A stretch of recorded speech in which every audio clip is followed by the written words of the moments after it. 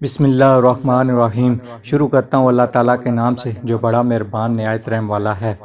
زندگی میں جو بھی کرنا ہے خدا کے بھروسے اور اپنے دم پر کیجئے، لوگوں کے بھروسے پر نہیں، کیونکہ لوگ کاندھ پتہ بھی اٹھاتے ہیں جب مٹی میں ملانا ہو۔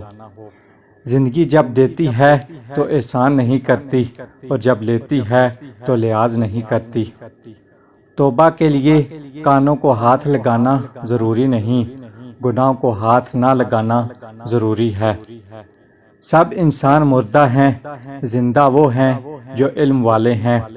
سب علم والے سوئے ہوئے ہیں، بیدار وہ ہیں جو عمل والے ہیں۔ تمام عمل والے گھاٹے میں ہیں، فائدے میں وہ ہیں جو اخلاص والے ہیں۔ سب اخلاص والے خطرے میں ہیں، کامیاب وہ ہیں جو تکبر سے پاک ہیں۔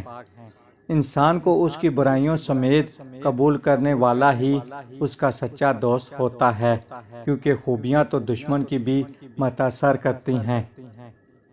چیزوں کی اہمیت نہیں ہوتی، وہ کبھی نہ کبھی مل ہی جاتی ہیں۔ صرف انسان ہیں جن کا کوئی نعم البدل نہیں ہوتا، وہ دوبارہ کبھی نہیں ملتے۔ ہارنا تب ضروری ہوتا ہے جب لڑائی اپنوں سے ہو، اور جیتنا تب ضروری ہوتا ہے جب لڑائی اپنے آپ سے ہو۔ معمولی باتوں کو دل میں رہائش نہ دیں، کیونکہ اگر یہ دل کی مکین بن جائیں تو بڑے بڑے رشتے مسافر بن جاتے ہیں۔ الفاظ سے بات سمجھ میں آتی ہے، لہجے سے دل میں اتر جاتی ہے۔ جادو الفاظ میں نہیں، لہجے میں ہوتا ہے۔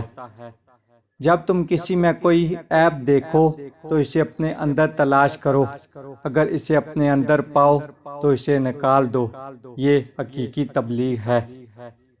تمہاری اصل ہستی تمہاری سوچ ہے، باقی تو صرف ہڈیاں اور خالی گوشت ہے۔ نیکیاں کرتے جاؤ، دریا میں ڈالتے جاؤ۔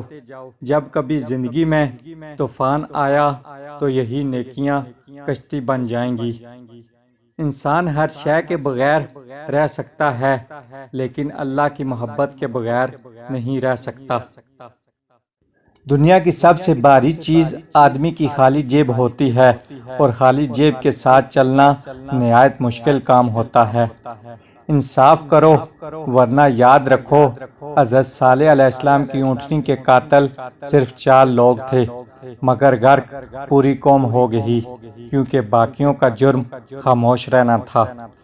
خدا کے راستے پر چڑھ آئے ہو تو تیز بھاگو، تیز بھاگنا مشکل ہے تو آہستہ بھاگ لو۔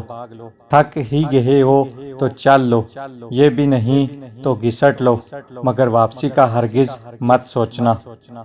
ساری دنیا کے رہنماؤں کی رہنمائی کچھ نہیں کر سکتی اگر آپ خود کچھ نہ کرنا چاہیں۔